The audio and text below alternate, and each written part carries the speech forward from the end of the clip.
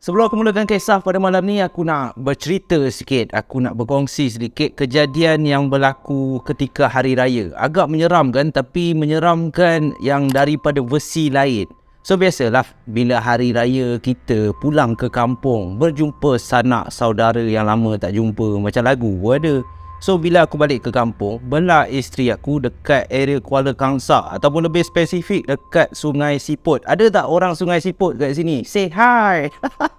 Macam buat live lah. Kejadian ni berlaku, tak salah aku, raya kedua. Raya kedua ataupun raya ketiga malam. So kebiasaannya, kampung kita orang rumah 2 tingkat. Yang bawahnya simen, atasnya rumah kayu. Rumah kampung biasalah, rumah kampung yang dah dimodernkan. So bawah tu memang cantik lah. Atas tu pula rumah kampung lama. Jadi disebabkan kita orang ramai, kan, aktiviti kampung macam biasa, tidur dekat ruang tamu, mentang toto tidur ramai-ramai. Itu yang paling best lah. Lagi selesa, lagi tenang kau tidur. Mimpi pun tak sempat mimpi lah, sedar-sedar dah tengah hari dah. Jadi disebabkan sedar-sedar dah tengah hari, tidur pula dekat ruang tamu. Kebiasaannya 2-3 hari sebelum tu, kita orang dah balik kampung. Jadi bila dah balik kampung, ada orang sebelum nak menyambut Hari Raya Aidilfitri tu, ada yang datang nak bayar zakat apa semua. Lepas tu bila dah masuk Hari Raya pula, ada orang nak datang beraya. Jadi apabila orang datang beraya, tak indah lah, tak molek lah. Aku ni masih terbongkang lagi tidur kat area ruang tamu tu. So raya kedua ataupun raya ketiga lebih kurang macam tu, bini aku pun ajak lah. Dia cakap lah, sayang, apa kata kita tidur kat atas? Tidur dekat atas selesa sikit. Nak bangun lambat pun tak kisah, sebab orang tak nampak. Jadi aku pun setujulah, bentang toto kat atas, selesa sikit. So untuk pertama kalinya, aku pun dengan isteri aku tidurlah dekat atas, bentang toto, okey tidur. Bila tengah tidur tu, masuk je pukul, tak salah aku awal lagi, dalam pukul 1 lebih. Aku tengah tidur-tidur, baru nak nyenyak lah. Pukul 1 lebih baru nak nyenyak lah. Lepas kau main game kat phone apa semua, tiba-tiba aku rasa kat perut aku ni macam ada satu kuku tau, ataupun satu tangan yang tajam yang pegang macam tu kat perut aku. Jadi bila kau dah rasa, memang banana lah. Tidur atas tu dah lah, tak ada lampu apa semua. Aku tersentak, aku terjaga. Lepas tu aku tengok sekeliling tau. Bini aku lena tidur lagi. Aku capai phone, aku guna lampu torchlight dekat phone je, aku suluh. Aku suluh. Lepas tu hati aku rasa tak sedap lagi, sebab tak mungkin mimpi. Sebab aku memang betul rasa tau, macam ada kuku yang tajam pegang aku punya perut tu. So aku bangun, aku suluh. Sebab dekat atas tu, yalah, orang cakap rumah kampung kan, so adalah barang-barang perabot-perabot. Lepas tu ada barang-barang yang kau tak sempat kau rumah, kau humban je dekat atas tu. Aku pun check lah, suluh.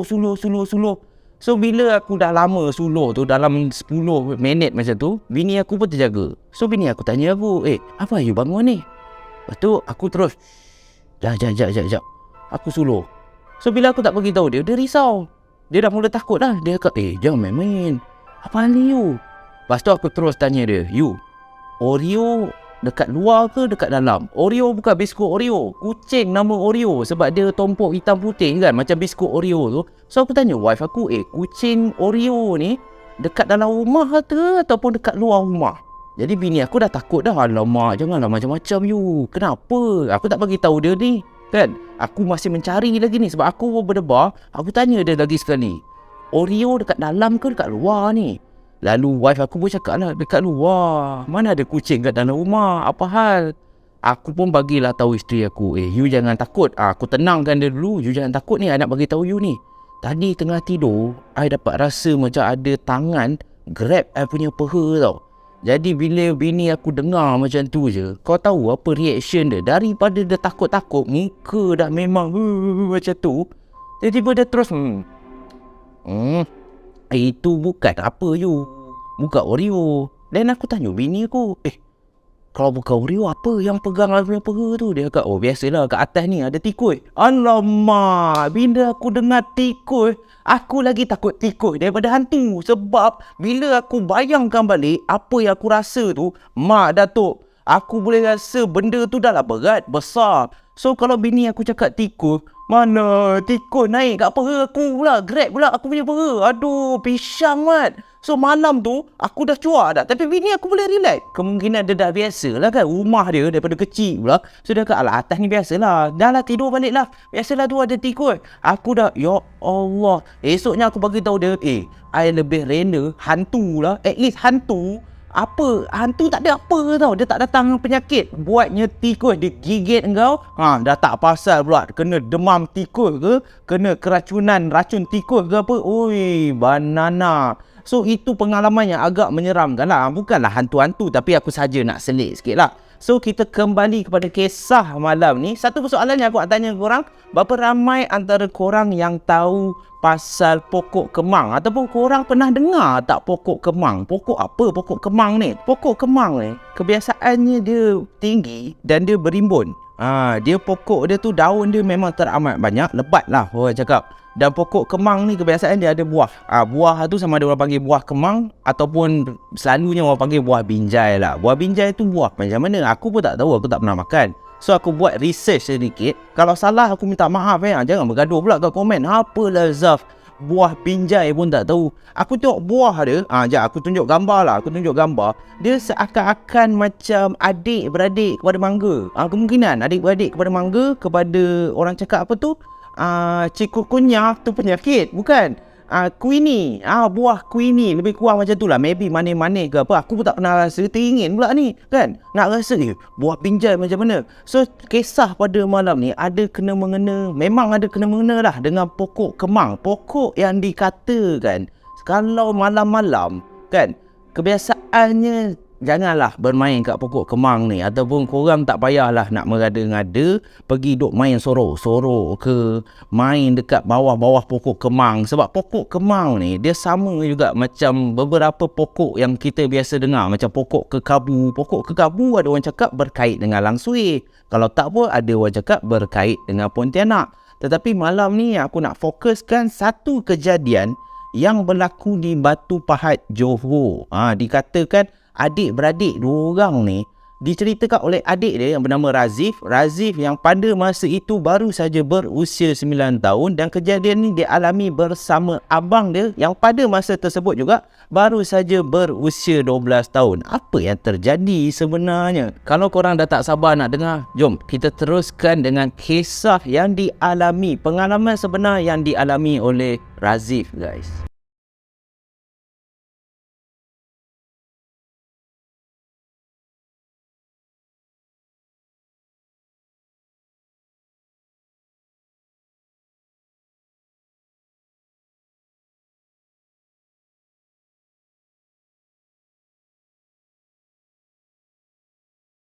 Kejadian yang dialami oleh Razif dan Razak berlaku sewaktu diorang masih lagi kecil, masih di bangku sekolah. Dan kejadian ni berlaku di salah satu kampung yang dipanggil Senggarang dekat Batu Pahat, Johor. Seingat Razif, kejadian yang amat menyeramkan ni berlaku apabila sewaktu dia tinggal di kampung dahulu, bapa si Razif iaitu Haji Hassan. Haji Hassan ni dia hantar ataupun dia suruh Razif dan juga Razak, kedua-dua anak dia ni, pergi belajar mengaji setiap malam di rumah Haji Sungip. Rumah Haji Sungip ni pula letak dia tak jauh pun daripada rumah dia orang, selang 8 tiang lampu je. So memang dekat lah. Jadi apabila dekat, bapa mereka ni takkan hantar mereka menaiki motosikal lah. Selalunya bapa dia akan suruh kedua-dua adik-beradik ni pergi je lah jalan kaki. Sebabkan dekat je jalan kaki. Lagipun jalan tu memang tak ada lah menyeramkan, jalan kampung kan. Lagipun diorang akan ikut, bukannya hutan-hutan ke apa, ikut je lah tepi-tepi jalan tu. Lagipun ada tiang lampu terang apa semua. Dan tak risau sangat sebab abang si Razik yang bernama Razak ni dah pun berusia 12 tahun. Mereka ni bukan kecil sangat. So Razak ni lah yang akan teman adik dia untuk pergi mengaji di rumah Haji Sungip. So apabila dah selalu sangat pergi tu, memang diorang hafal lah, hafal jalan tu. Dan diorang ada pantang larang. Pantang larang yang mereka berdua buat tau. Sebabkan Razif ni jenis penakut, abang dia jenis berani sikit. Untuk pergi ke rumah Haji Sungip ni, setiap malam nak belajar mengaji, mereka akan melalui beberapa batang pokok pisang. Itu tak seram, walaupun menyeramkan juga. Sebab pokok pisang ni Razib waktu dia kecil selalu dikaitkan, dia dengar lah penduduk kampung cakap dengan Pontianak. Pontianak selalunya ada dekat duduk kat situ. Tapi Razib ni tak risau sangat pasal benda ataupun pasal hantu yang ada kat pokok pisang. Dia lagi takut apabila jalan yang mereka lalui untuk pergi ke rumah Haji Sungip ni akan melalui satu batang pokok kemang yang rimbun. Pokok kemang yang besar. Memang besar, yang terletak betul-betul dekat tepi jalan. Dan setiap kali mereka melalui jalan tu, mereka akan melepasi pokok kemang tu. Tapi apa pantang larang yang diorang ni buat? Disebabkan mereka berdua ni takut, boleh dikatakan setiap kali mereka melalui ataupun melintas di hadapan pokok kemang, Razib dan juga abang dia Razak ni, kedua-dua mereka akan mengalunkan, akan membacakan Al-Fatihah sekuat hati. Sehingga kan benda ni dah jadi bual mulut orang kampung dah. Penduduk kampung dah tahu dah kalau setiap malam dengar orang mengaji Al-Fatihah kan berulang-ulang kali, ini mesti kerja anak Haji Hassan ni. Mesti Razak dengan Razib ni dah tahu dah. Sebab bila diorang lalu kat situ, disebabkan takut, diorang baca Al-Fatihah sekuat boleh. Bismillahirrahmanirrahim. Alhamdulillahi Rabbil Alamin. Ar-Rahmanir-Rahim. Maliki Yawmiddin. Mereka akan mula membacakan Al-Fatihah setiap kali lalu di hadapan pokok kemang, sampailah betul-betul di hadapan pintu rumah Haji Sungip ni. Jadi lepas dah belajar mengaji, bila balik, itulah. So 2 kali. Setiap malam 2 kali penduduk kampung akan dengar. Bila nak pergi, mereka akan baca Al-Fatihah. Bila lalu depan pokok kemang, bila nak balik pun akan lalu depan pokok kemang juga. Akan menjerit juga baca Al-Fatihah. Jadi itulah yang berulang-ulang kali berlaku. Dan apabila macam tu, setiap kali mereka lalu kat situ, tak ada langsung kejadian yang berlaku. Razib ni pun pernah tanya kat abang dia, "Bang, Razib takut lah bang. Betul ke bang, tak ada apa-apa bang? Razib tak nak lah lalu depan pokok kemang tu. Lagipun Razib tahu pokok kemang tu ada penunggu." Tapi nasib baiklah, Alhamdulillah, abang dia Razak ni jenis berani sikit. So Razak ni cakaplah dekat adik kesayangan dia ni, "Engkau tak payah penakut lah dik. Kan kita dah baca Al-Fatihah. Benda-benda ni semua takkan berani ganggu kita lah. Kita hanya perlu takut kepada Allah sahaja." Itulah apa yang orang cakap. Bila tak nampak, kau berani cakap macam tu. Tapi bila dah ternampak, memang pisang lah. So Razak ni, kita nak tahu betul ke kan? Kita hanya perlu takut kepada Allah. Dia praktikkan dalam diri dia sendiri. Dikatakan adalah satu malam ni, disebabkan dah menjadi rutin. Mereka dah terbiasa. So dah tak perlu hafal dah. Lalu depan pokok kemang je, baca Al-Fatihah. Lalu depan pokok kemang je, baca Al-Fatihah. Tapi orang cakap sepandai-pandai tupai melompat, akhirnya adalah terplay out juga. Jatuhlah ke tanah jua. So nak dijadikan cerita, adalah satu malam ni, macam biasa, mereka dalam pukul 8 lebih nak masuk pukul 9 akan keluar daripada rumah untuk pergi mengaji di rumah Haji Sungip. Kebetulan malam tu bukan macam malam-malam yang biasa. Sebab apa? Sebab baru saja pukul 6 petang tadi, kedua-dua adik-beradik ni baru saja lepas tengok cerita Kamen Rider dekat televisyen. So lepas tengok Kamen Rider pada petang tu, malam tu pula nak pergi mengaji. Mereka berdua sepanjang perjalanan nak pergi ke rumah Haji Sungip ni, selalunya diorang dah tahu dah, senyap je kedua-dua adik-beradik ni. So bila sampai depan pokok kemang, mereka secara automatik akan baca Al-Fatihah. Tapi daripada rumah diorang lagi, diorang dah berbual ataupun dah sakan seronok sangat bercerita pasal Kamen Rider, cerita yang diorang tengok petang tadi. Razib ni cakap kat abang dia, "Abang, bang, Kamen Rider bang. Orang cakap kat KL ada jual lah bang tali pinggang dia." Lepas tu Razak ni pula cakap, "Alah, tak payah KL lah, Johor ni pun ada lah. Nanti kita suruh lah abang beli tali pinggang Kamen Rider tu. Abang nak cat lah motor abah tu buat macam motor Kamen Rider." So sakan berborak ni. So tengah berborak, akhirnya sampailah di hadapan pokok kemang. Tetapi apabila kau dah leka, engkau dah terlalu gembira sangat, kedua-dua mereka langsung tak teringat untuk membaca Al-Fatihah seperti kebiasaan. Dan apabila dah berborak, sampailah betul-betul di hadapan rumah Haji Sungip, diorang pun teruslah mengaji. Tak ada apa lagi yang berlaku. Jadi apabila mereka pulang, tiba-tiba Razik ni terus rasa meremang. Sebab apa meremang? Dia terus beritahu abang dia si Razak ni, abang ingat tak bang? Lepas tu abang dia tanya adik dia, ingat apa ni? Abang, tadi kita tak baca Fatihah bang. Kita lupa bang nak baca. Jangan bang, jangan ada benda ikut. Tapi Razak ni cakap kat adik dia, kau ni tak payah merepek lah. Kan kita ingat ni, kita baca je lah sekarang. Alah, lagi pun tadi pun tak ada apa-apa. Sekejap kan dah nak sampai depan pokok kemang lah tu. Jangan kita baca lah Fatihah. So Razak ni cuba tenangkan adik dia. Jadi mereka pun berjalan, dan apabila sudah menghampiri pokok kemang tu, sebelum sempat mereka dua membacakan Al-Fatihah, tiba-tiba ada sesuatu yang terjadi. Cu, nak pergi mana tu cu? Meh dekat ni. Mehlah sini cu. Nak pergi mana tu? Mereka berdua tiba-tiba terdengar satu suara, seakan-akan suara yang dimiliki oleh seorang perempuan tua ataupun lebih dikenali sebagai nenek kebayat. Pada awalnya, apabila mereka berdua, Razik dan Razak ni dah sampai betul-betul di hadapan pokok kemang, mereka tak nampak lagi susuk tubuh nenek ni. Mereka hanya dengar suara sahaja yang memanggil mereka. Itu pun dah membuatkan Razik ni, adik kepada Razak ni, dah menggigil dah. Dia terus lari di belakang abang dia. Manakala abang dia ni tadi, sebabkan tak nak malu depan adik dia, dia pun acah-acah berani dah. So Razak ni pun cakap lah dekat suara tu, jangan ganggu kami nak balik. Jangan ganggu kami nak balik. Adik. Tetapi suara Razak ni dah menggigil dah. Dia tepuk adik dia. Adik, baca Al-Fatihah adik. Baca Al-Fatihah. Dan Razik ni tarik baju abang dia daripada belakang. Abang lah baca.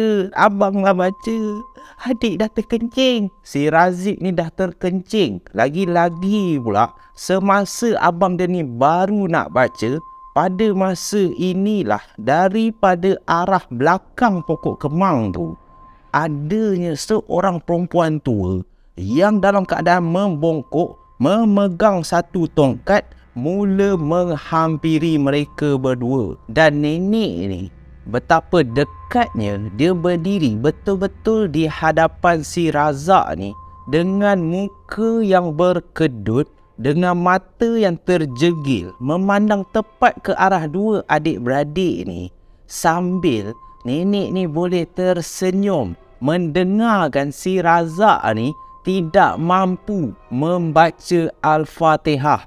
Apa yang Razak hanya mampu baca hanyalah Bismillah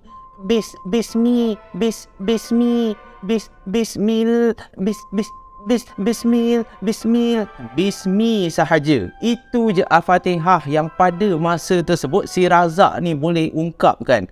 Korang jangan ingat si Razak ni dia tak berani. Dia berani. Pada berusia 12 tahun tu, korang bayang, manalah dia tak mampu nak baca. Sebab nenek kebayat ni betul-betul berada di hadapan dia, tengah memandang tepat ke arah dia, sambil nenek ni cakap, baca apa tu cu? Cuba baca betul-betul. Nenek tak dengar. Bacalah. Dan Razak ni apabila dah berulang kali Bismi, dia pun dah tak tahan. Dia dah teramat takut. Lalu Razak ni pun jatuh pingsan.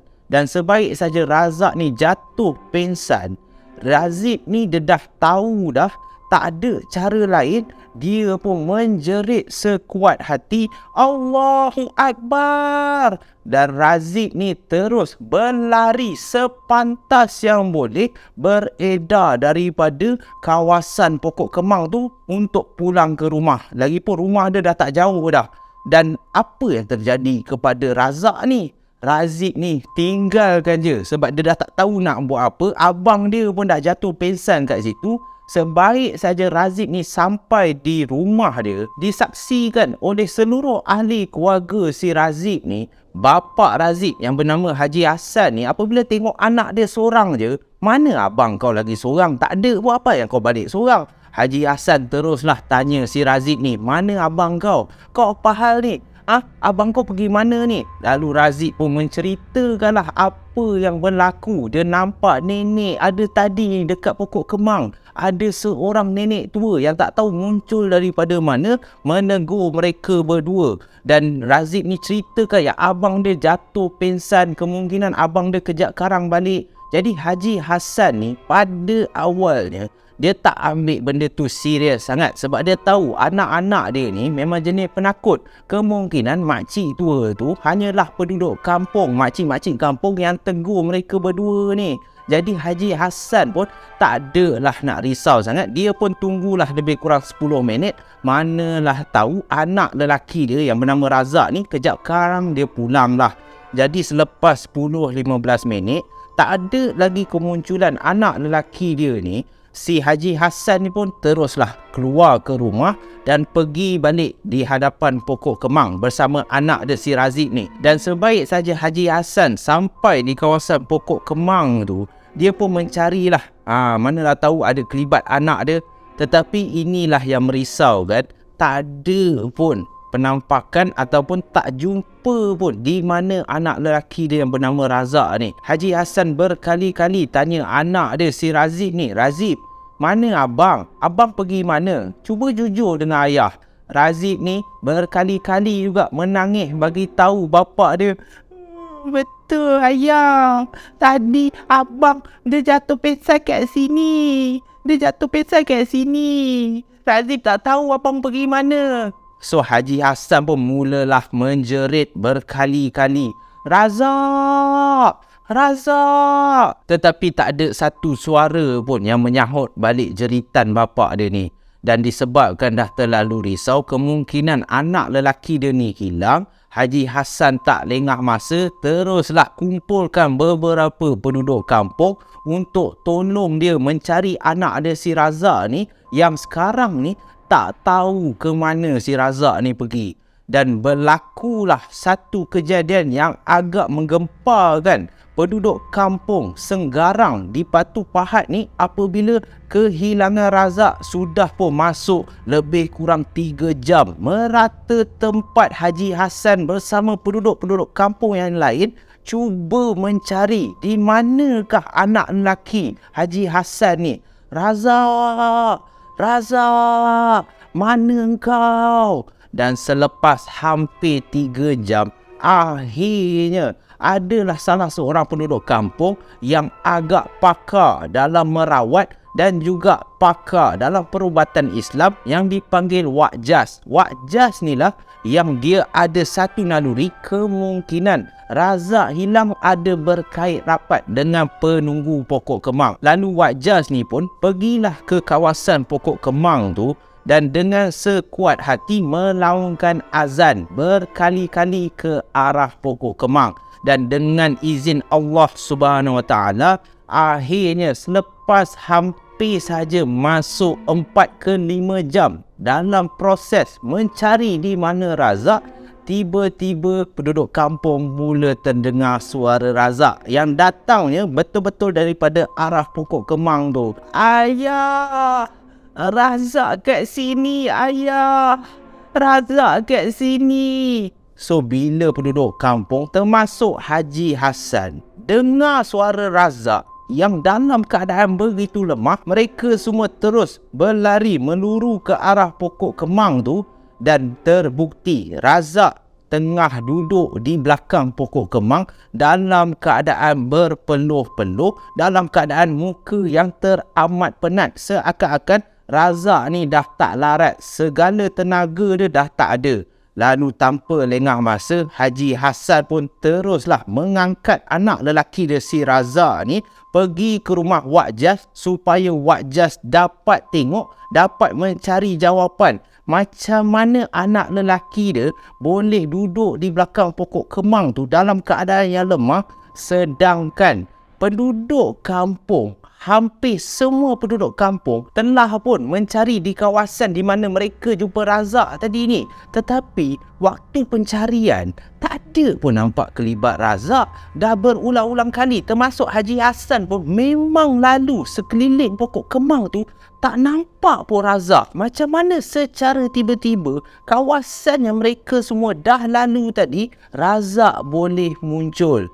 Dan selepas dah sampai di rumah Wak Jas pun cubalah merawat balik tenaga, cubalah membuang segala benda yang melekat, yang cuba berdamping dengan Razak ni. Dan Alhamdulillah, Razak pun berjaya dipulihkan. Dan apakah yang Razak ceritakan?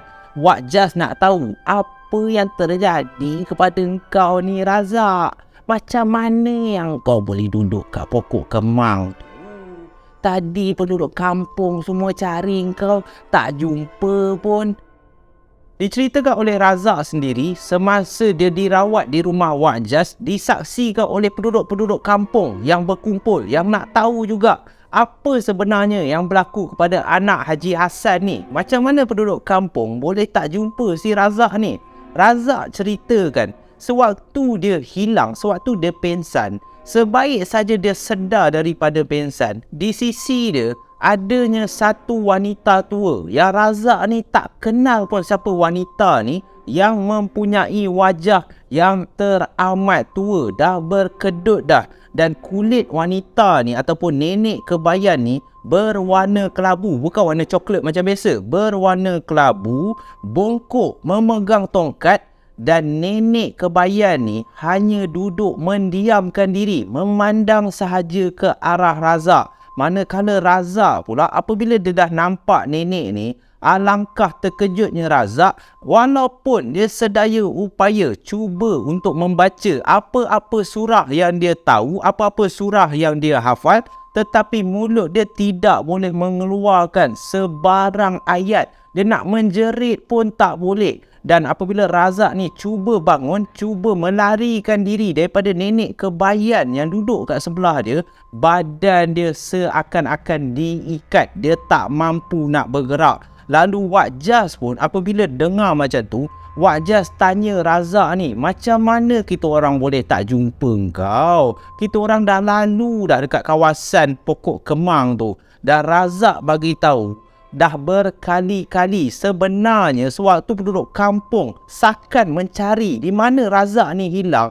Razak ni boleh nampak Wak Jas, boleh nampak bapa dia Haji Hassan, termasuk adik dia Razib ni berulang-ulang kali lalu betul-betul di hadapan dia. Razak ni cuba menjerit tetapi tak mampu. Manakala Razak ni walaupun dia tak mampu menjerit, tetapi dia boleh dengar suara bapa dia, suara penduduk kampung yang lain. Razak, mana kau? Razak, mana kau?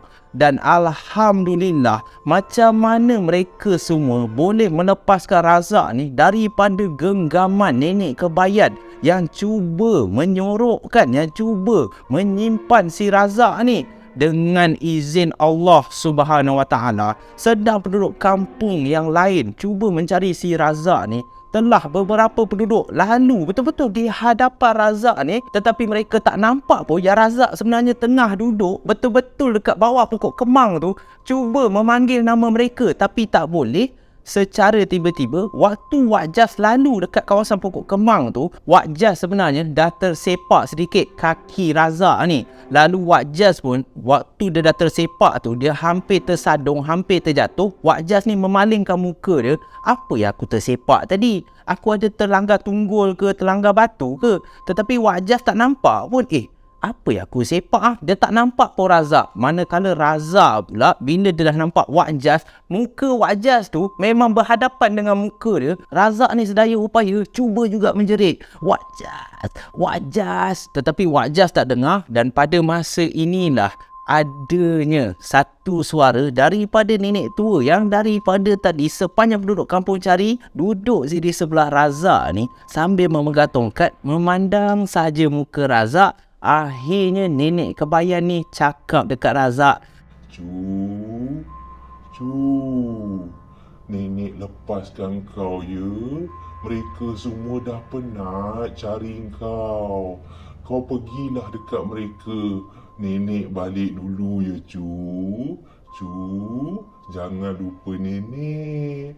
Nenek pergi dulu tau. Dan nenek kebaya ni pun terus berjalan beberapa langkah dan akhirnya hilang daripada pandangan si Razak. Dan pada masa itulah barulah Razak mampu menjerit dan akhirnya barulah penduduk kampung berjaya juga jumpa Razak selepas nenek kebaya ni telah pergi daripada Razak ni. Dan sebaik sahaja cerita Razak ni telah didengari oleh semua penduduk kampung, boleh dikatakan selang 2-3 bulan penduduk kampung semua tak berani nak lalu berdekatan dengan pokok kemang yang berada di kampung Senggarang ni. Dan dikatakan pada masa sekarang, walaupun kejadian ni dah berlaku berbelas tahun yang lepas, pada masa sekarang akhirnya pokok kemang yang menghantui penduduk kampung Senggarang Batu Pahat Johor ni telah pun ditebang. Hanya tinggal tunggul pokok kemang sahaja. Dah tak ada dah pokok kemang ni.